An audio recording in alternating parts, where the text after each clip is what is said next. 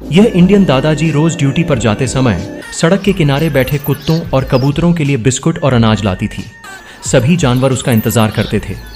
एक दिन जब वो खाना खिला रही थी, तभी अचानक पास के पेड़ में आग लग गई। आग की वजह से एक घोंसले में बैठे कई छोटे कबूतर के बच्चे घबरा गए और उड़ नहीं पा रहे थे। तभी दादाजी ने बिना सोचे समझे पानी की बाल्टी भरी और तुरंत दौड़ती हुई आग बुझाने लगी। धुएं और गर्मी के बीच उसने पेड़ पर चढ़कर घोंसले से कबूतर के बच्चों को नीचे सुरक्षित उतारा। हाथ जल गया पर जान बचा ली। फिर भी उसने सभी जानवरों को खाना खिलाया। फिर भी किसी ने इस दादाजी को लाइक, सब्सक्राइब नहीं किया।